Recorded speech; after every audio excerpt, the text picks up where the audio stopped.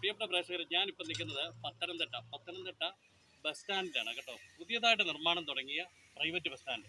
നിർമ്മാണം തുടങ്ങി ഏകദേശം ടാറിങ് എല്ലാം പൂർത്തീകരിച്ച് വരുന്നു. നമുക്ക് രണ്ട് സൈഡും റോഡിൻ്റെ ടാറിങ്ങിൻ്റെ പൂർത്തീകരണം നടക്കുന്നു. ഇവിടെ പണി നടക്കുന്നു. നമുക്കറിയാം ഈ ബൈപ്പാസിൻ്റെ നിർമ്മാണം എല്ലാം കൂടെ ആകുമ്പോഴത്തേന് പത്തനംതിട്ടയുടെ ഒരു മുഖച്ഛായ തന്നെ മാറും. അതിന് മുൻകൈ എടുത്താൽ ഏതായാലും നമുക്കറിയാം ഈ നഗരസഭ ചെയർമാൻ സക്കീർ ഹുസൈൻ, അതുപോലെ ബന്ധപ്പെട്ട ബാക്കിയുള്ള കൗൺസിലർമാർക്ക് എല്ലാവർക്കും ഉടനടി വാർത്ത യൂട്യൂബിൻ്റെ എല്ലാവിധമായ അഭിനന്ദനങ്ങൾ അർപ്പിക്കുന്നു.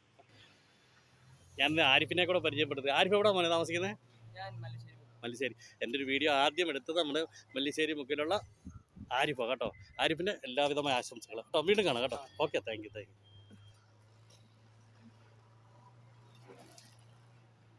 നമ്മൾ ടാറിങ്ങിൻ്റെ നിർമ്മാണം കണ്ടോ അടിപൊളിയായിട്ടാണ്.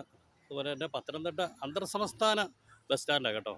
നമുക്കറിയാം 100 കണക്കിന് ബസ്സുകളും അതായത് പ്രത്യേകിച്ച് അന്തർ സംസ്ഥാനം എന്ന് പറഞ്ഞാൽ കേരളം, തമിഴ്നാട്, ആന്ധ്രാപ്രദേശ്, കർണാടക, UP, അതുപോലെ തന്നെ ബീഹാർ എന്നിവിടങ്ങളിൽ നിന്നെല്ലാം ശബരിമലയ്ക്ക് പോകുന്ന വാഹനങ്ങളിൽ ഏറ്റവും കൂടുതൽ ബസ്സുകൾ എത്തുന്നത് ഈ ബസ് സ്റ്റാൻഡ്. നമുക്കറിയാം അപ്പുറത്ത് KSRTCയുടെ ബസ് സ്റ്റാൻഡുണ്ട് കേട്ടോ.